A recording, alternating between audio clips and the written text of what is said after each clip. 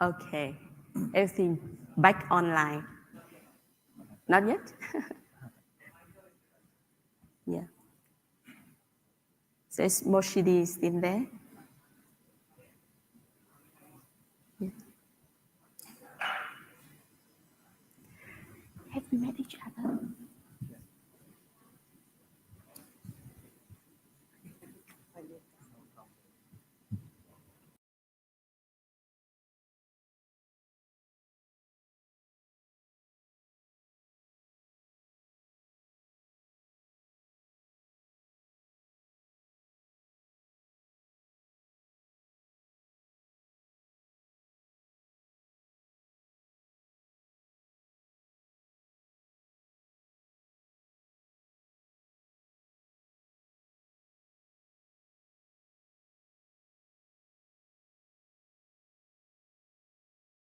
Here first. We had the privilege of talking directly to you. So maybe because I really want to view from the regional. So I would like to go with Roger first. So we just now launching the common higher education space, and how do you think about the roadmap is likely to be in relation to the core scenario that Michael just shared? Well, I actually agree with the report that it's more likely that the core scenario will happen, which is the more conservative projection. Um, I agree that internationalization of higher education will continue to take place in spite of the fact that we may be facing pandemics and challenges. However, the advent and significant use of digital technology over the past years is likely to continue. And I don't see higher education going back to purely face to face.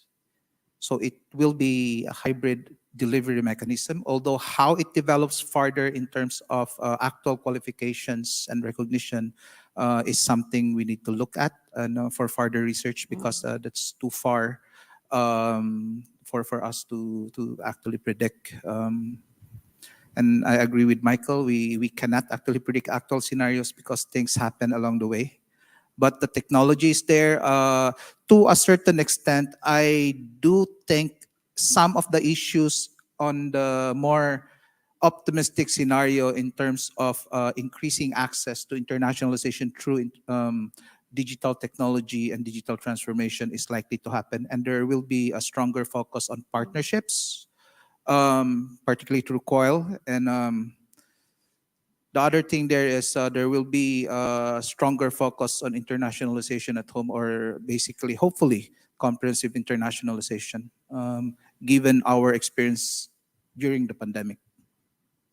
Thank you, thank you. Yeah, it's kind of like still very positive, and technology can help. And yes, internationalization cannot stop. So over to you, Dr. Chontis. From the view of the sectoral expert, what do you think about the future of the regional higher education? And does the scenario hold true to what you are viewing now?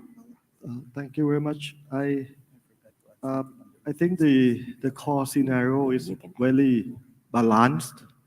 It combines both the plus and the minus factors.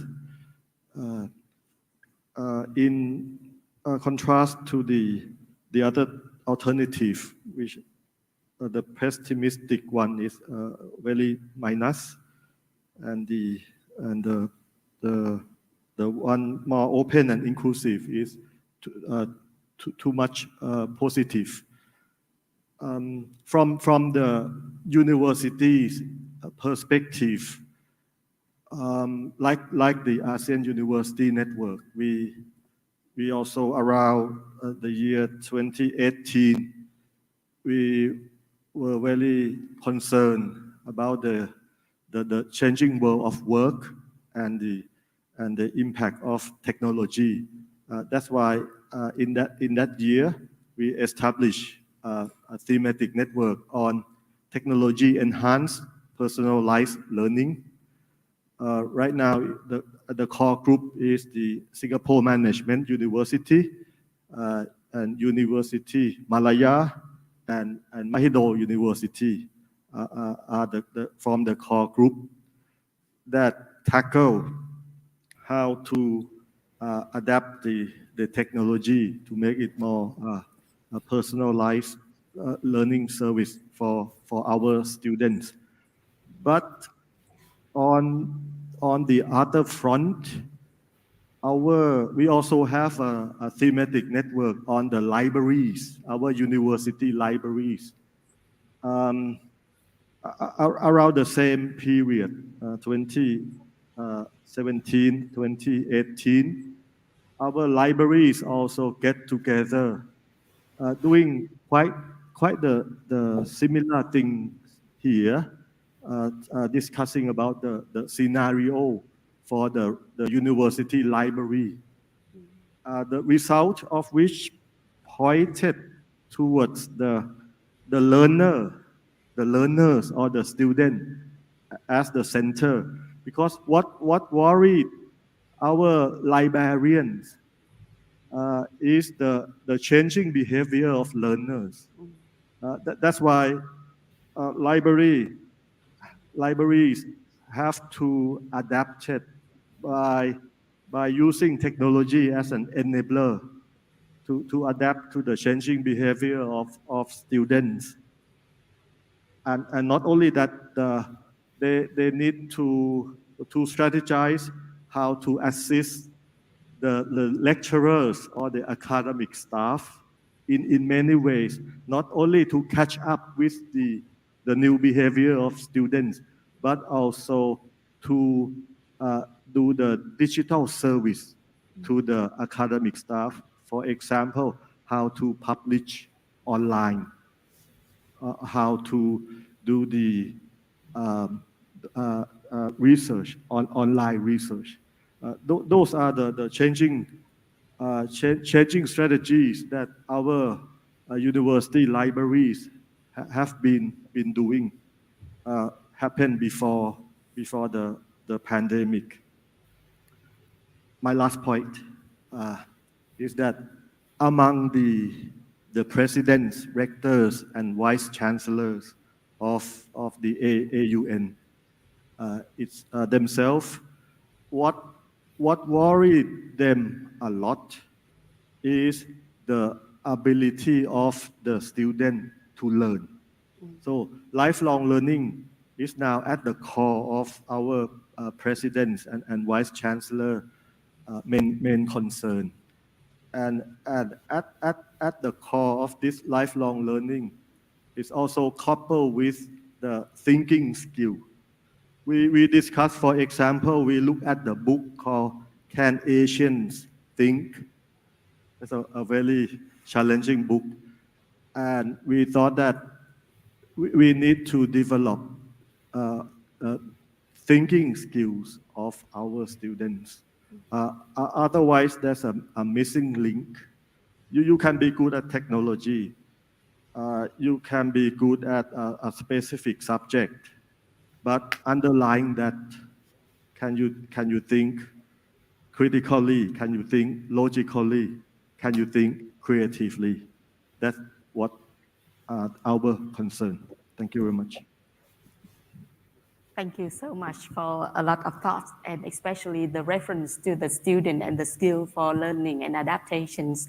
So, Rogers, I heard that you would like to add in some of the views. Yes, I wasn't able to answer the regional perspective. With the roadmap and moving forwards, any regional higher education cooperation actually enhance resiliency in higher education in the region, promotes collaboration on the development of learning materials, the delivery, and also enhances intra-ASEAN student, faculty, and researcher mobility. In fact, ASEAN is currently developing and putting on the table an ASEAN-branded scholarship, which is supposed to promote and enhance intra-ASEAN student mobility.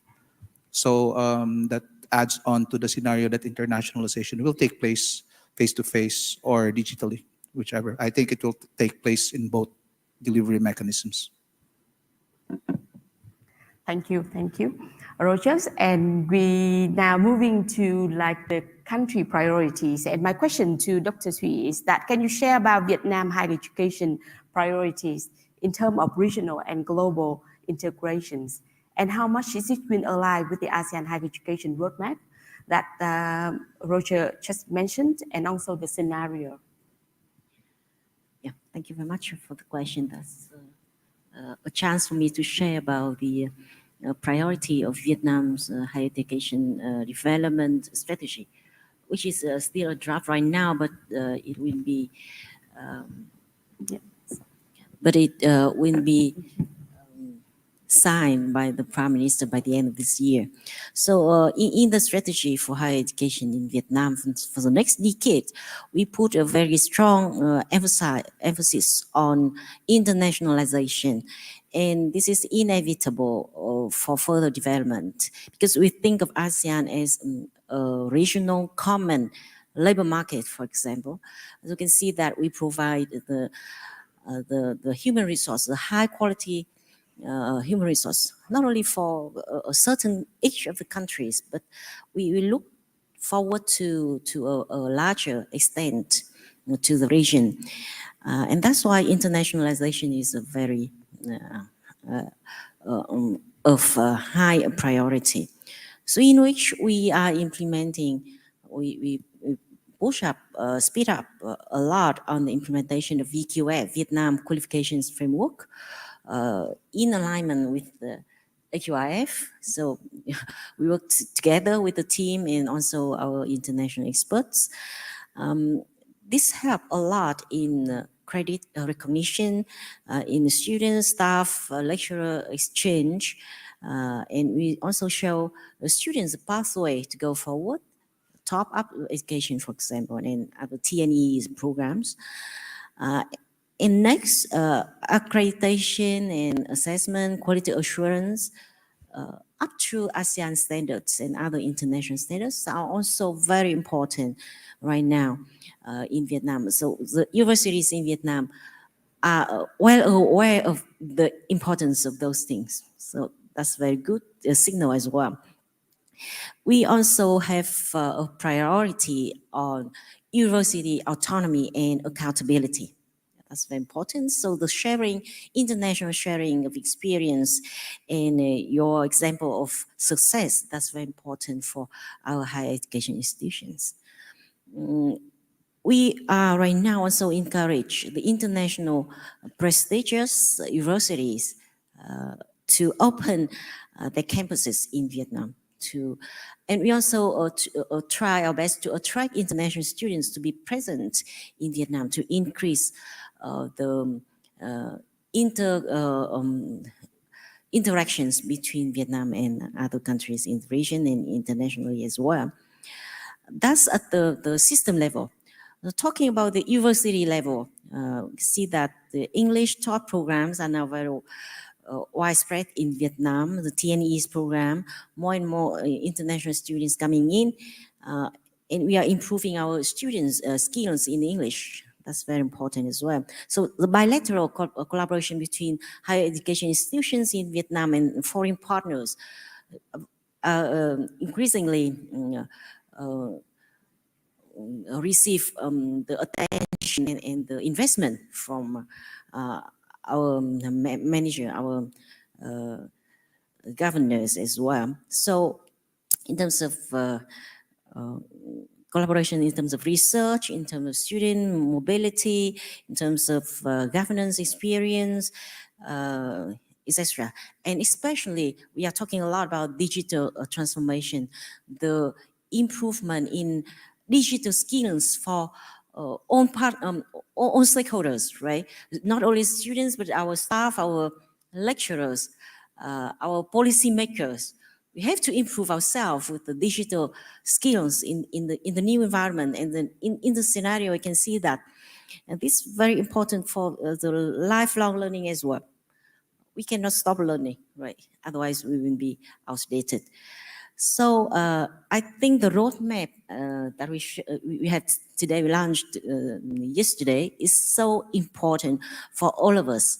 And with a common and bigger larger markets for higher education specifically, but in education in general, that places forward a very important foundation for us. The targets, the aims are so good, and we have to work together to be in harmonization. Thank you very much. Thank you. Working in harmonization to bring forward the future of the higher education. And it's great that we have Dato Moshidis back online. And Moshidis, because I can consider you as an internal person because you have been involving with the research. So may I ask you that as a person who have been working with the researcher in building the scenarios, so what is your view on the scenario that presented? And do you have another take that you would like to share to the audience? Thank you, Madam, for the opportunity. Sorry about the technical glitch. I'm outstation, so there's a difficulty in connection in that sense. Let me get back to your question.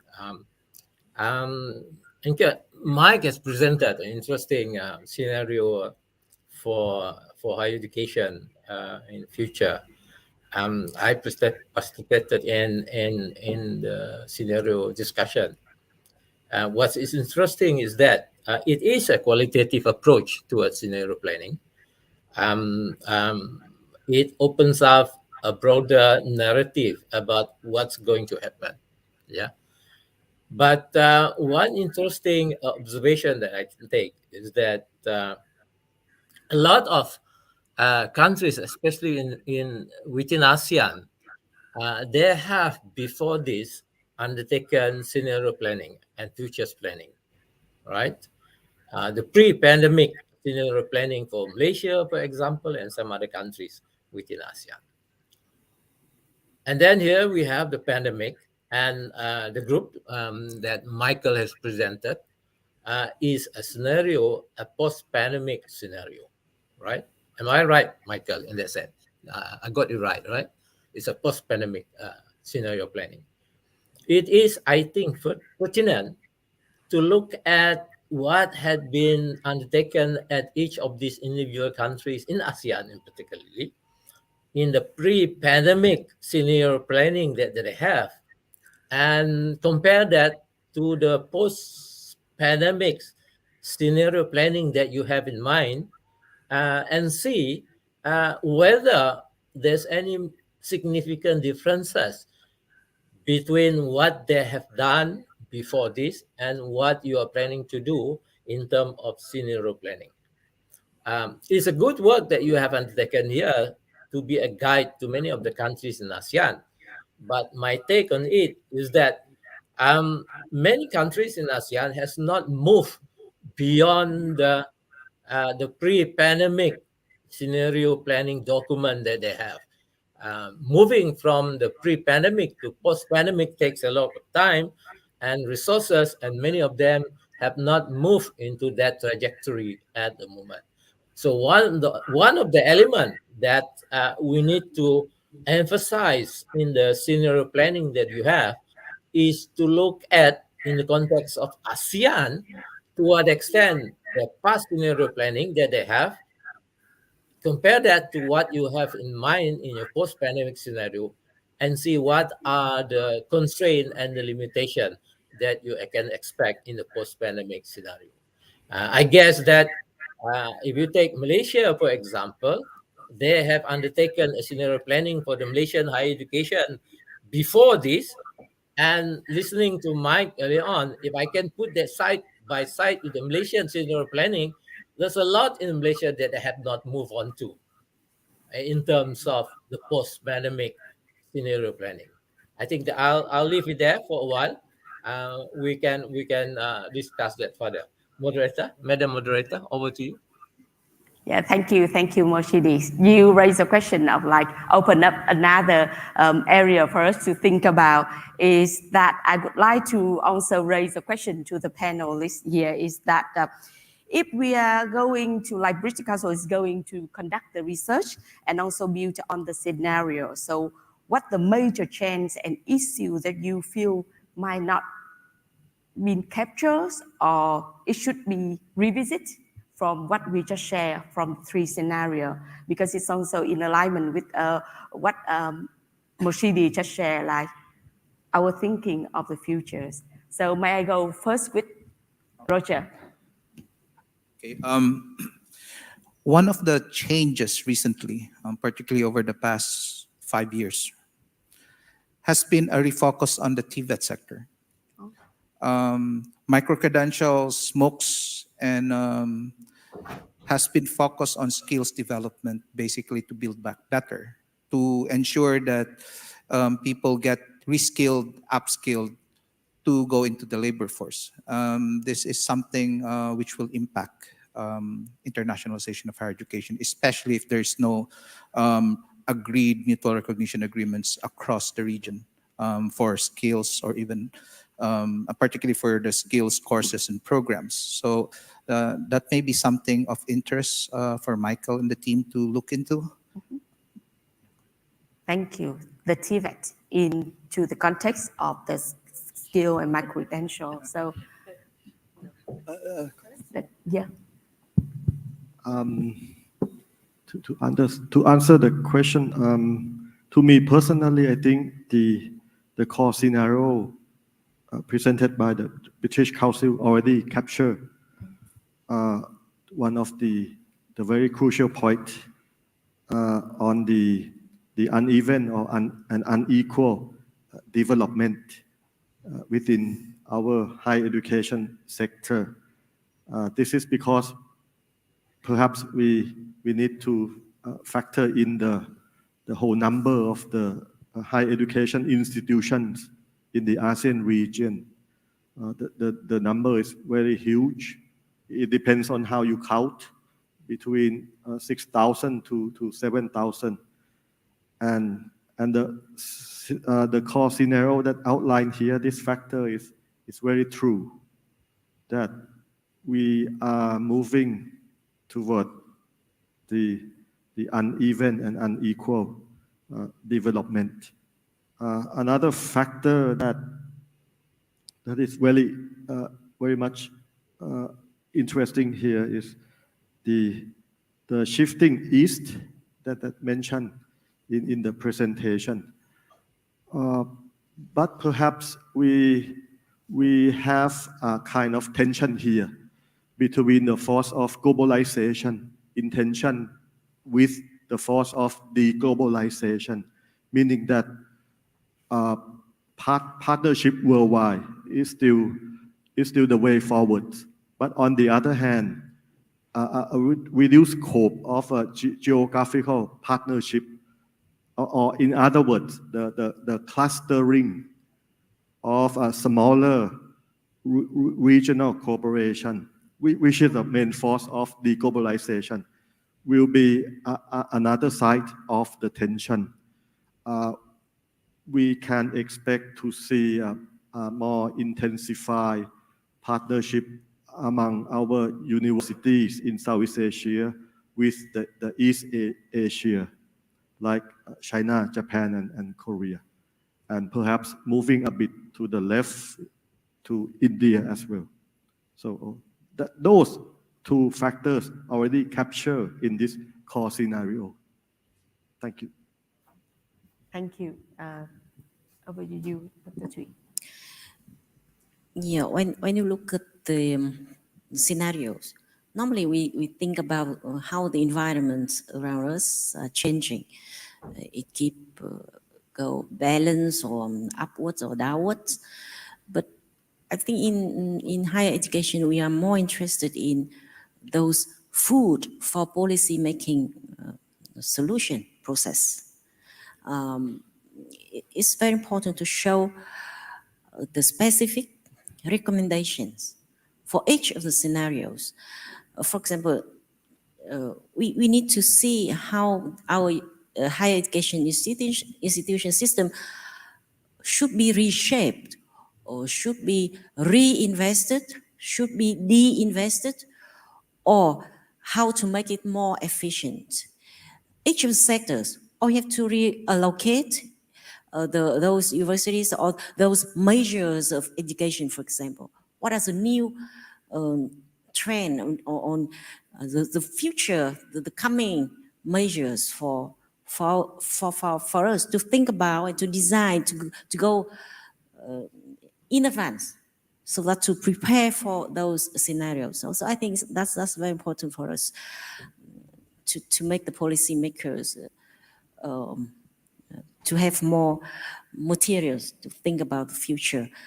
For example, we can put forward the recommendations on the new measures like new materials, the life science, or whatever, so we can be predicting in advance. So that's more important. And then higher education and other educational sectors can go forward and also to lead the development of economic and socio-economic development in general. So I think that's more important. Yeah, thank you. It's about like food for thought for the policy maker of designing their education. Would you like to comment?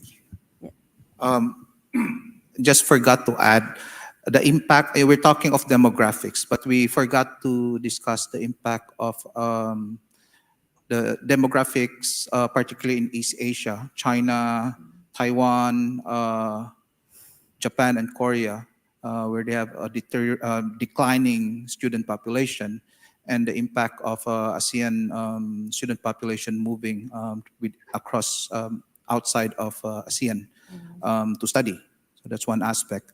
The next aspect is the importance of also demographics, but the possibility of older students taking up lifelong learning courses, going back into universities is a very likely possibility. And I've seen this particularly in East Asian countries. China has the Elderly Academy, Japan has something similar. So maybe we can take this into consideration. But of course, we don't know how it will go. It's just something that may be possible. Thank you. Yeah, thank you, Rogers. And Moshidis, could you like to provide your own comments on the question? Thank you. I am very interested in what Roger has indicated. While the demographic is an important issue, especially the university going age, but we should not forget about lifelong learning. We should include, especially the older generation, where they're interested into going into religious education, preparation for the life after. There's still an important element in education in that sense. Yeah. Um, I was looking at some common elements between scenario planning that Mike had presented and the roadmap that Roger has presented on the first day. There's some common element in there, but then again, the element of harmonization in Southeast Asia, in ASEAN, is still a big question mark in that sense. We have been talking about harmonization quite a long time.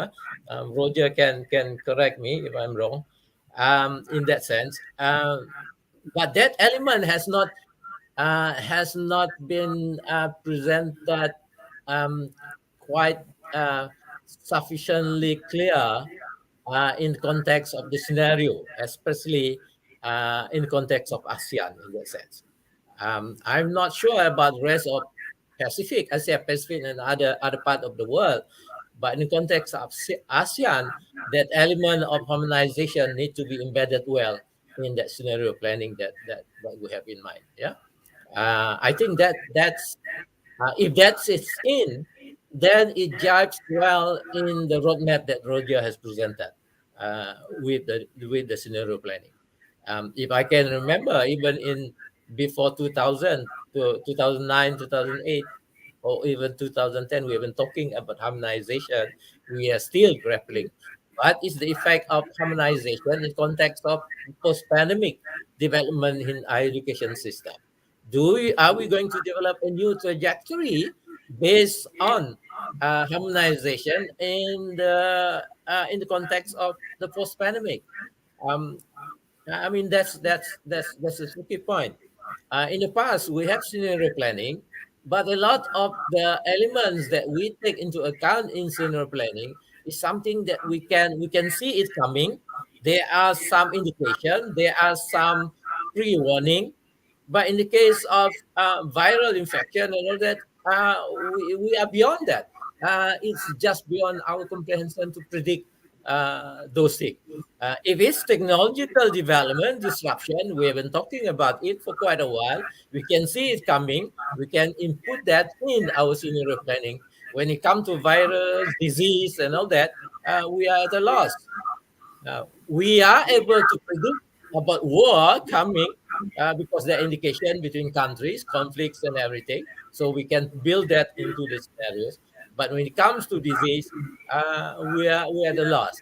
This is one element that I think that we have to have a good grip on when dealing with scenario planning. As I said earlier, because here we're not talking about the detailed numberings and figures. We're talking about narrative.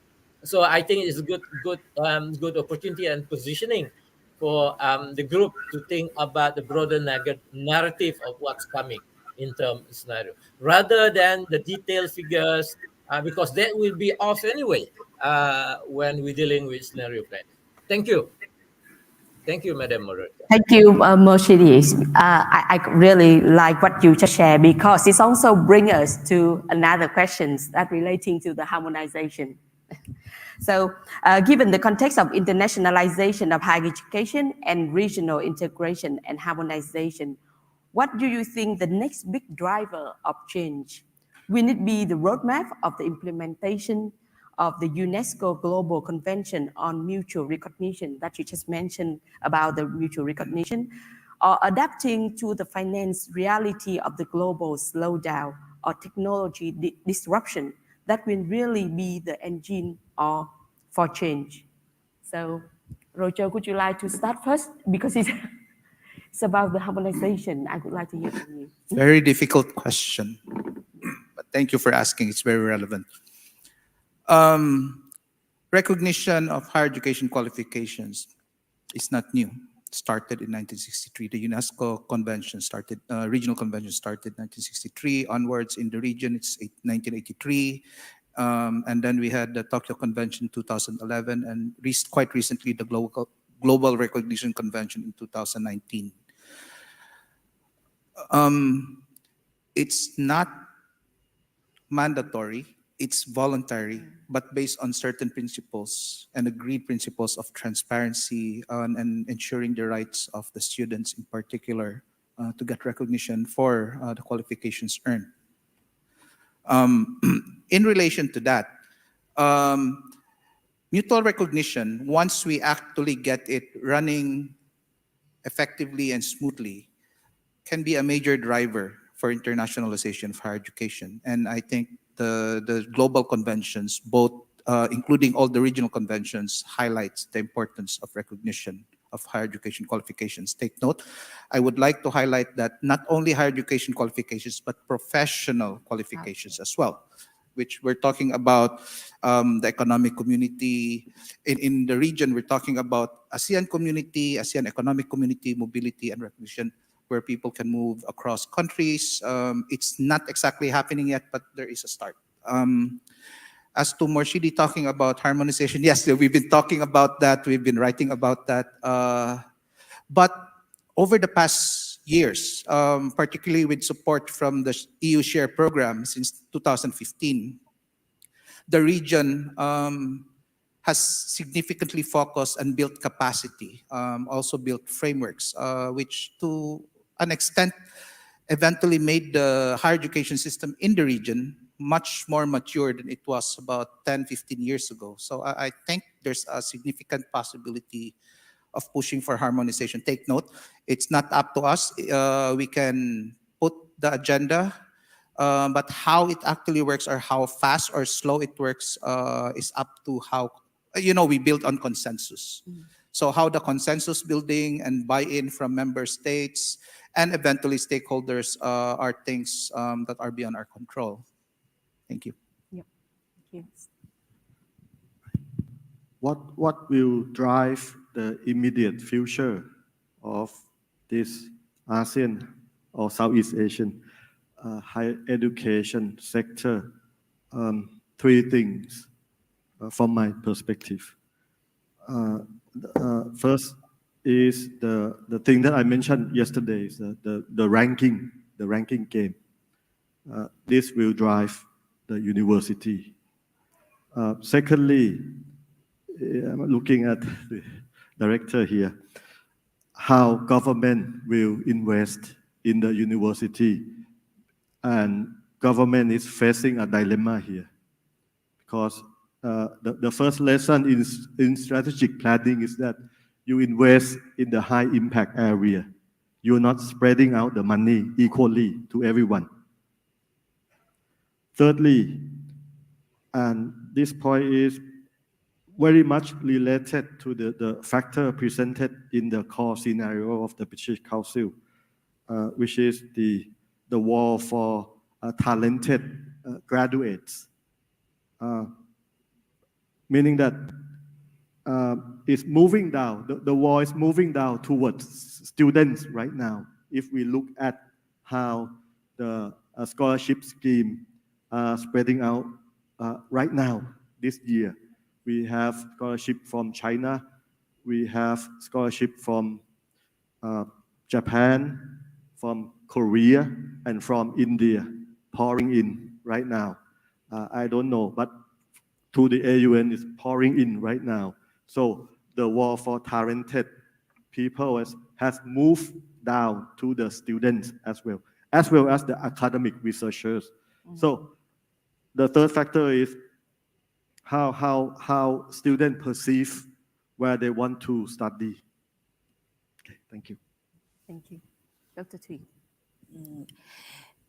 Yeah, I totally agree with Roger when you're sharing about mutual recognition. And thinking about that, I also think about we really need to move forward with the new way of shaping and rethinking the model of university.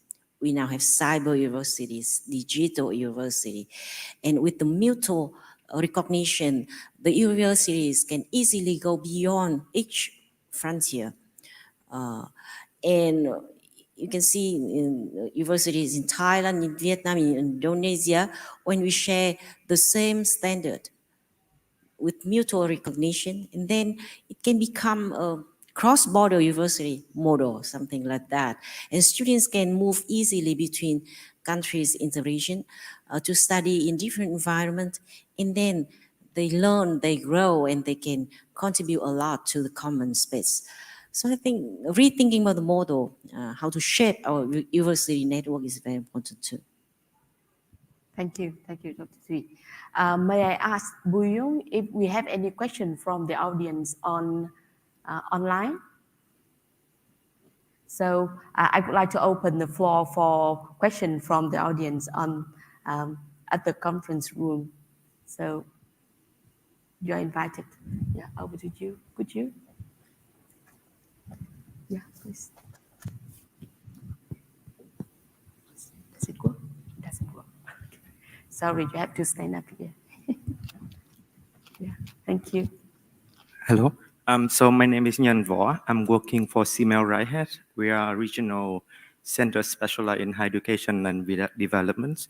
So my question, I have two questions dedicating to Professor Dr. Thuy here as a policymaker from Vietnam. So my first question is that I hear you said that Vietnam is moving forward to internationalization with qualification framework, with mobility, with having more international student and university collaborations. From your policymaker, from the national context of Vietnam, what is the key challenges for Vietnam higher education, innovation, and development? And equally important, as we are witnessing the birth of common space in higher education in Southeast Asia, from your perspective, what can regional collaboration, what can international partners contribute or help the national context or a Vietnam higher education system as a whole to move forward with the regions. Thank you. Xin cảm ơn ạ. Thank you very much for your two questions. The first one is about the challenges for our higher education system to be further grow. So you can see that the access to higher education in Vietnam is pretty low in the region, quite low. You see that. But in the mindset of Vietnam, people still think that there are too many students in higher education right now, and there is a tendency that persuade the children, the school girls or schoolboy, to learn some skills to go for work and to earn money very early at a very early ages. That's very bad trend, I would say. So what we want to do is to improve the access to higher education by first improving the capacity of supply good services of education. So that's why we need further a lot of further investment in human resource, in our staff and lecturers, in infrastructure as well. So all that requires a lot of efforts from stakeholders, different stakeholders, not from the government. The government budget is quite limited right now, so the socialization, privatization is very important right now. So we can also see the rising of private groups that invest in higher education right now. And I'm very happy about that, and to see that many small universities now integrate together to become bigger and to become stronger. That's very important. So I think the challenge is big, but we can also see good signals for further development. So international efforts can also help Vietnam higher education system as well. You can see that the best universities in Vietnam make a lot of progresses toward international standards with good rankings, with good recognition. And that's the engine for other universities to see.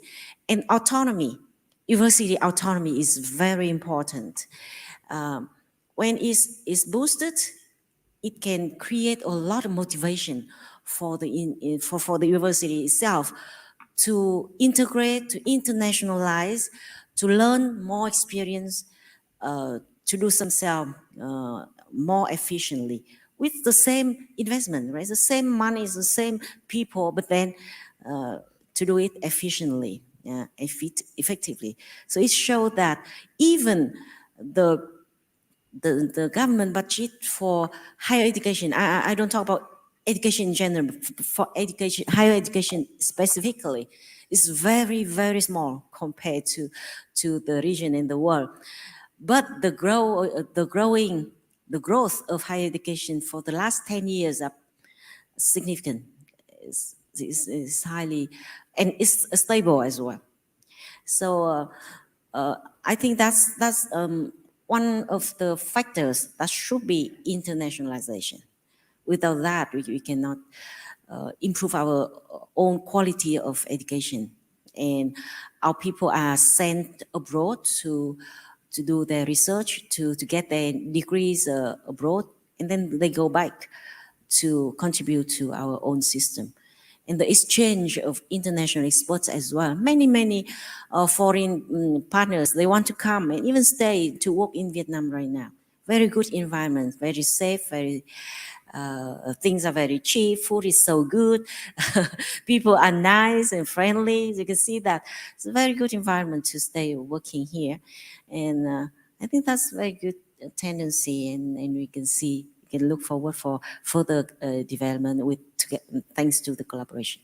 Yeah, thank you, Dr. Yep. Can I add something? But now I'm not talking from the regional perspective, but a country perspective. I'm from the Philippines, and two things are happening.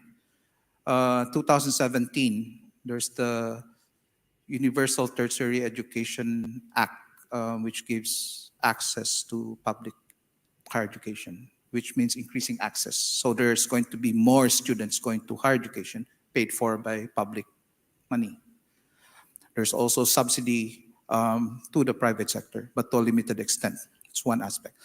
Second aspect, there's the Transnational Higher Education Act, which provides significant resources and establish the transnational education department, or I forgot the exact word, in the Commission on Higher Education that looks at developing transnational education, internationalization of higher education, and improving quality of education, primarily in the context of internationalization at home.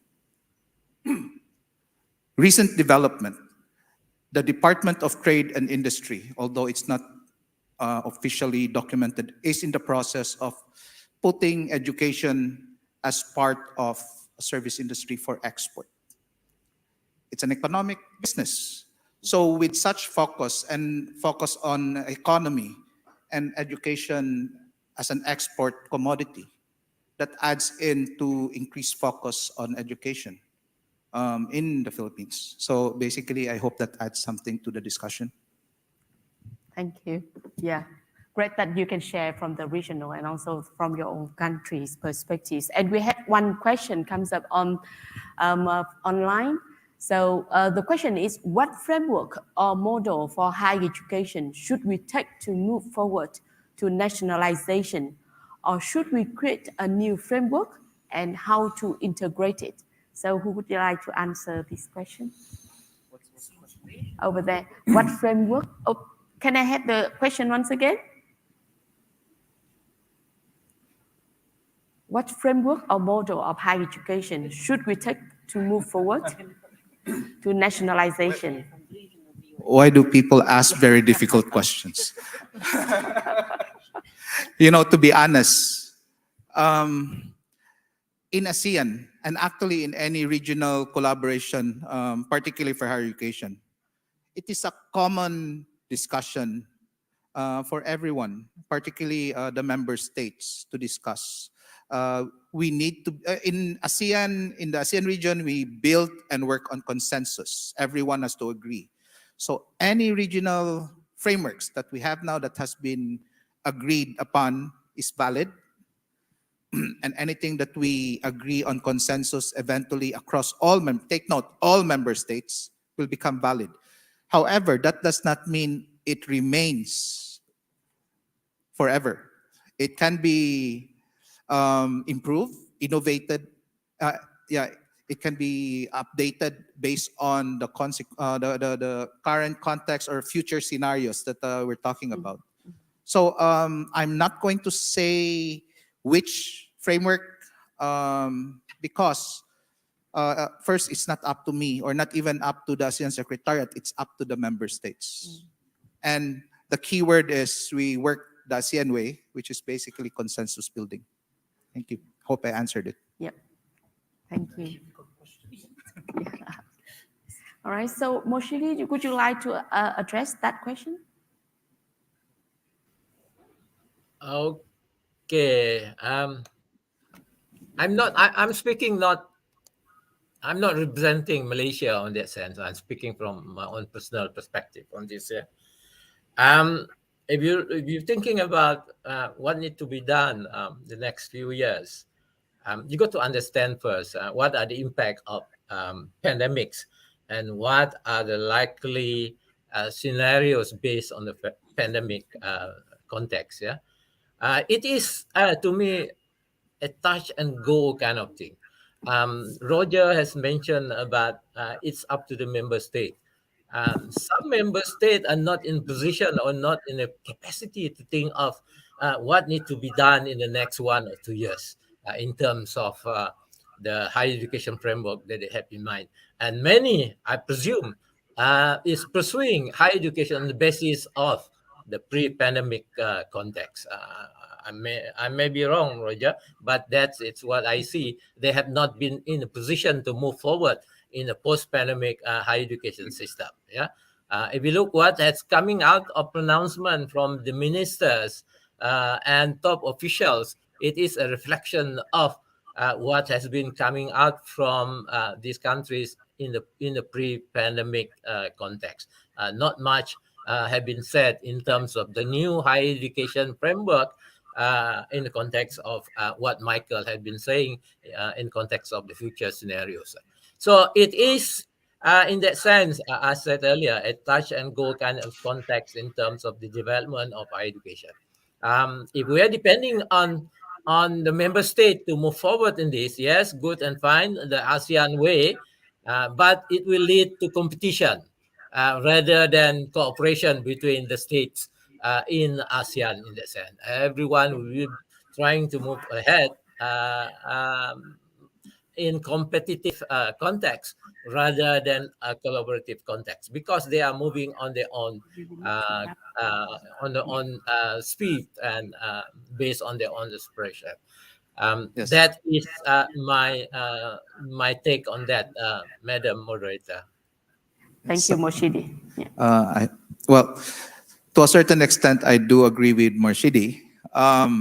However, well, first, I'm in a position not to say certain things, but I still believe in member states working together. Of course, it will be much slower because of the consensus building way of doing things. But at the end of the day, if we actually get our acts together, we manage to build a stronger region and support for higher education. One of the things that may not be that relevant to the research is the discussion on higher education as a public good and how higher education will be seen and funded by national governments over time. Yeah, so we've seen a move towards cost sharing and transferring the responsibility for higher education to individuals. But there's a revisiting of the importance of higher education and contribution to the community. So I don't know how governments will move forward. But however, there are fiscal constraints in governments as well. The only good thing I see, which may help the discussion on higher education as a public good, and probably as the Philippines proceeded giving access to higher education, at least to the public sector, is the advantage of utilizing digital technologies in making the development of higher education programs and courses and the delivery more effective, and hopefully reduce the cost of higher education over time. Of course, the initial phase will be more expensive because of initial investment, but over time, it will be more effective and probably the cost will be significantly reduced. Thank you, Rogers. And we know that there's still questions online, but because of the time, so I could apologize. And it's also opened up a very good things for continuing to discuss about the future of the higher education. And as you know that we are going to organize the Going Global Asia Pacific conference in Singapore from the 28th to 30th of the November. And we would like to bring it into discussion to think about what would be the future of higher education and answer some of the questions raised by our distinguished panels here on site and also Moshidi's online. So I hope, Michael, you have enough materials for continuing conversation in the futures. And I would like to thank all our distinguished panelists for participating in that conversation. I learned a lot. I take a lot of notes, but because no time that I can share with you, but for sure that this continue our conversation, not only with the Singapore in November, but also with Going Global in London next year as well. So thank you once again for your time. And Moshidi, especially from distance, and Michael's. And thank you again for raising the question. And before we close, may I have a photo of the panelists here before we move to the next section? So thank you once again. Yep.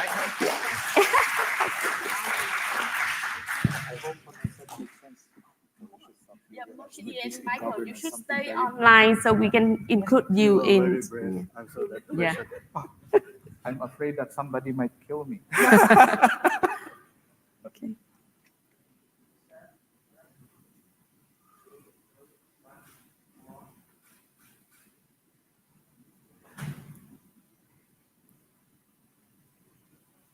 Okay. Thank you. It's an opinion Wonderful. anyway, so it's not an official statement. Not official.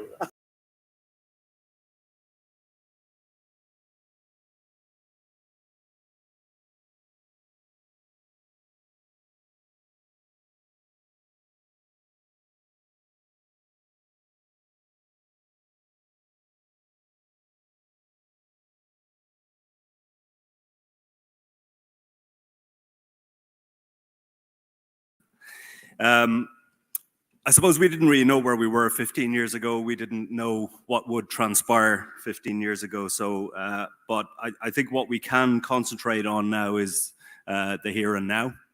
And I'm aware that it's been 2 very busy days of discussion, dialogue, and conjecture. We would like to thank our gracious hosts, the Ministry of Education and Training, Vietnam, the people of Vietnam who've attended the session and contributed so much to the session, our partners, colleagues, friends who've contributed so much to establishing these sessions over the last couple of days and continue to engage. I suppose in a minor change or a slight change to the advertised schedule, I would like to invite colleagues from the ASEAN member states and also members of the ASEAN Working Group on Higher Education Mobility to give some closing remarks and closing views to build a link between the 2 days of dialogue we've just had and a closed-door meeting we are going to have tomorrow to envision a higher education space off the back of the roadmap. So I'll hand over to Roger to introduce our colleagues, and we'll have a brief discussion. Roger, please. Please bear with us. The roadmap would never have materialized without the ASEAN Working Group on Higher Education Mobility. It's a lot of work. Our partners also contributed to inputs. And we would like to highlight some of the members from the ASEAN Working Group on Higher Education Mobility 2025 that are here with us in person. So I'd like to introduce them to all of you. Dr. Yu Virak, the Deputy Director General, Directorate General of Higher Education, Ministry of Education, Youth and Sports from Cambodia. Please stand up to be recognized. Thank you very much. Mr. Bonesavat,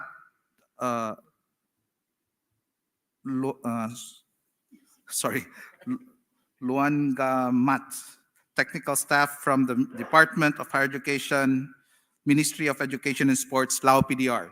Please stand up to be recognized. Sorry about not pronouncing the name properly. Okay. Professor Dr. Rubia Binti Yunus, Deputy Director General of Higher Education, Academic and Development, Higher Education Department, Ministry of Higher Education, Malaysia. Mr. Somkiat Kamolpon, Educator and Senior Professional Level, International Affairs Division, Ministry of Higher Education, Science, Research and Innovation from Thailand. Now, we would like to have their views on what we need to do, or at least their view of the roadmap and how we should move forward, and their inputs on observations of the Policy Dialogue 15. And feel free to, yes, we can start first with Cambodia. The ASEAN way, we start off by alphabetical order in normal ASEAN meetings, right? So we start off with Cambodia. Hey. Good afternoon. It's still afternoon, but it's late afternoon. Yes. After 2-day dialogue, it is very active, and we have opportunity to to discuss and talk and share experience, lesson learned from each other on the student mobility, transfer credit, as well as the how we can move forward, push the roadmap of the ASEAN member state, especially the common higher education space in the region, and implement it timely, successfully, in order to harmonize our higher education in the region and for the social economic development also. So we have the fruitful result. That means we can access the capacity of our system of higher education that work well, not bad in the past, but now we can follow and reach higher education in the other region also. Yeah. So the capacity of the mobility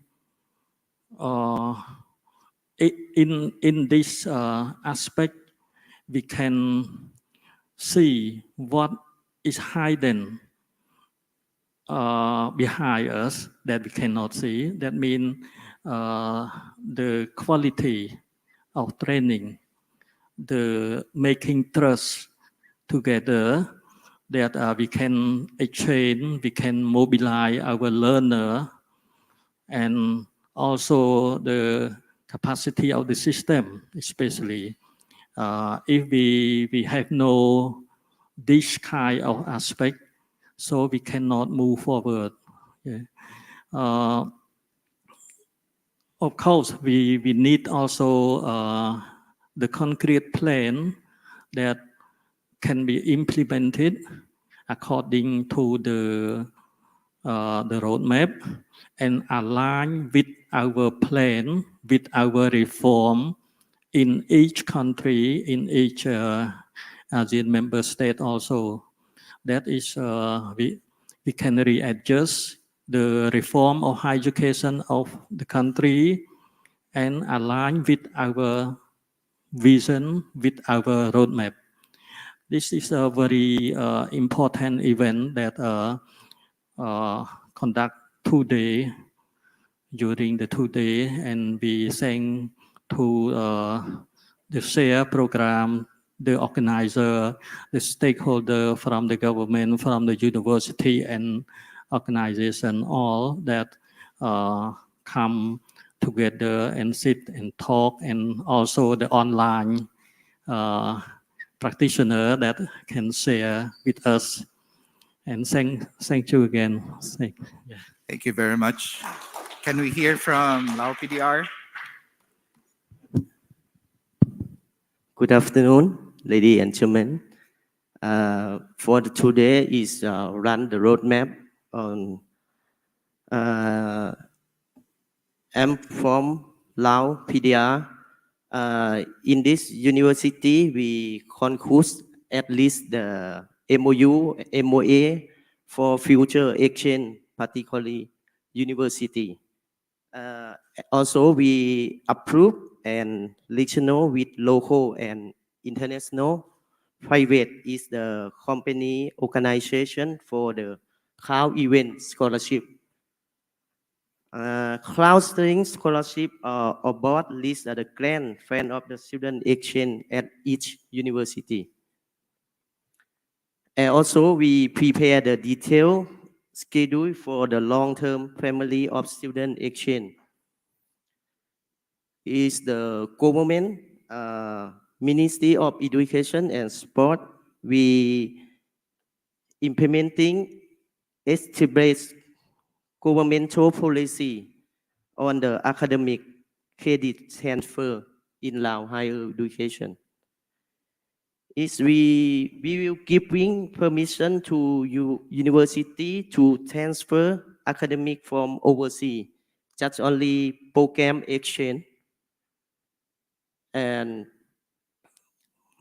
we will is promote 80% equivalency of course and content, and elective course up to 15 credit, and organize a special national workshop on the credit transfer to key university president-wide, and we organize the workshop for president, vice president, and academic affair.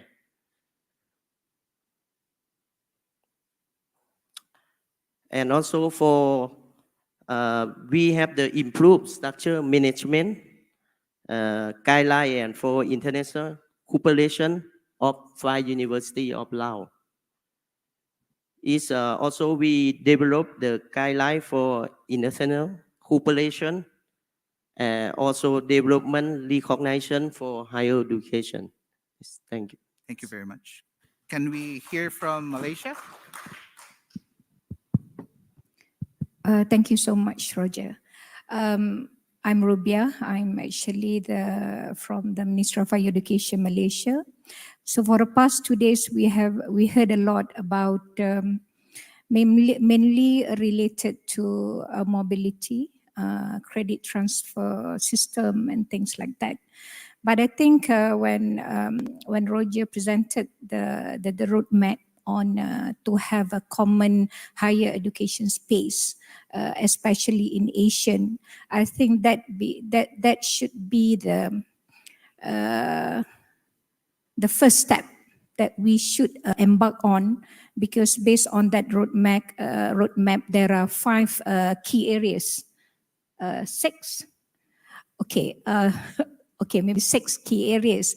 But I think the most important area would be the qualification, because if we want to talk about collaborative, to have a collaborative program or international program, we have to go beyond mobility. We have to talk about having like joint degree program, dual degree program, which I believe should be more meaningful. Not just having students to go to take certain like a course or three credit course, should be beyond that. And that I think that kind of program we should start at the Asian level. And in order for us to have that or to proceed with that, we have to have a common framework. I think there was one question on having a qualification framework, like for example in engineering program, we have a global accreditation framework called Washington Accord. For the TVET program, we have a Sydney Accord. So maybe at Asian level, we should have something qualification framework which allow our student to actually spend like 1 semester without having any issues in terms of qualification. So therefore, I believe at Asian level, because today we talk about policy dialogue. In our country, higher education is very much governed by the ministry. Yeah, this actually applicable to both public as well as private institution. In Malaysia, we have in total about 1.2 million students in higher education, and half of it actually in private institution. So that, but even that also, even though they are in private institution, they are governed by the policies set forth by the government. So therefore, at Asian level, I think at the ministry level, we should be discussing about the policy first, in order to have a very fruitful collaboration, not just merely a mobility among the student 1 or 2 semester, but beyond that, mobility among staff. One, the speaker talk about library, how to have open educational resources among the Asian member country. So I think SHARE is a good platform for us to have a common framework, especially in relation to mobility. But after this, we have to go more than that. Yeah. So I think this is a good start, and the roadmap is a good start, Peter. I think Malaysia is more than willing to actually work and support this program. Thank you. Thank you very much. Can we hear from Thailand? All right. Thank you, Roger. And okay, let me start by telling you this. Every time I open my Facebook page, Facebook always suggests people that I may know. What Facebook doesn't know is I know majority of them, but I don't like them enough to add them as my friends. So I mentioned Facebook because we may have to do the same as Facebook does. Because after this, we will have to suggest the programs, the roadmap, activities that we discussed in the past 2 days to stakeholders, including member states, universities, employers, and students, hoping that they will buy our idea and commit themselves in order to implement the roadmap. To do that, perhaps we need to make sure that information flow to the person in charge. Let's say if the information of the roadmap doesn't go to Director General Robi or Deputy Director General Yuvirat, we will be doomed from the beginning. Apart from the flow of information, we need to make sure that the roadmap is doable. And tomorrow we will have a chance to craft, to refine the roadmap and implementation plan. And I'm looking forward to working with the ARCEM member and all of you who will participate in the meeting tomorrow. So with that, I will not be your obstacle between this meeting and the lovely Hanoi evening anymore. So thank you very much, Roger. Thank you. Thank you very much. Let's give them a big round of applause. Before anything else, as mentioned by Somkat from Thailand, I would like to specifically mention, especially to those in the virtual audience, that the roadmap is there, but there's still a lot of work to do. And as such, tomorrow's closed door event will be the start of one of the significant number of events that we will have to do to make things operationalize. Of course, with our partners, not only from ASEAN member states, with all our partners, SIMURAIHEAD, AUN, UNESCO, Asia-Europe meeting, and all of you here, and everyone in higher education.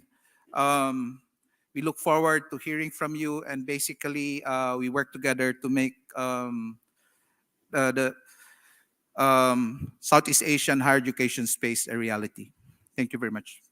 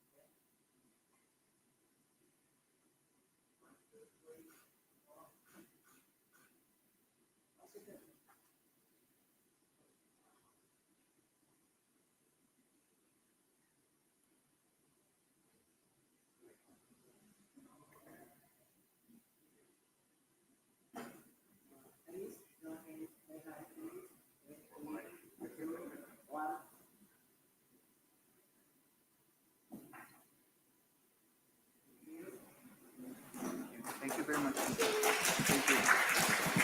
Thank you all for your patience. I think that draws the policy dialogue to a conclusion. Thank you to all our contributors, all our partners, all our panelists, the technical team who did a fantastic job.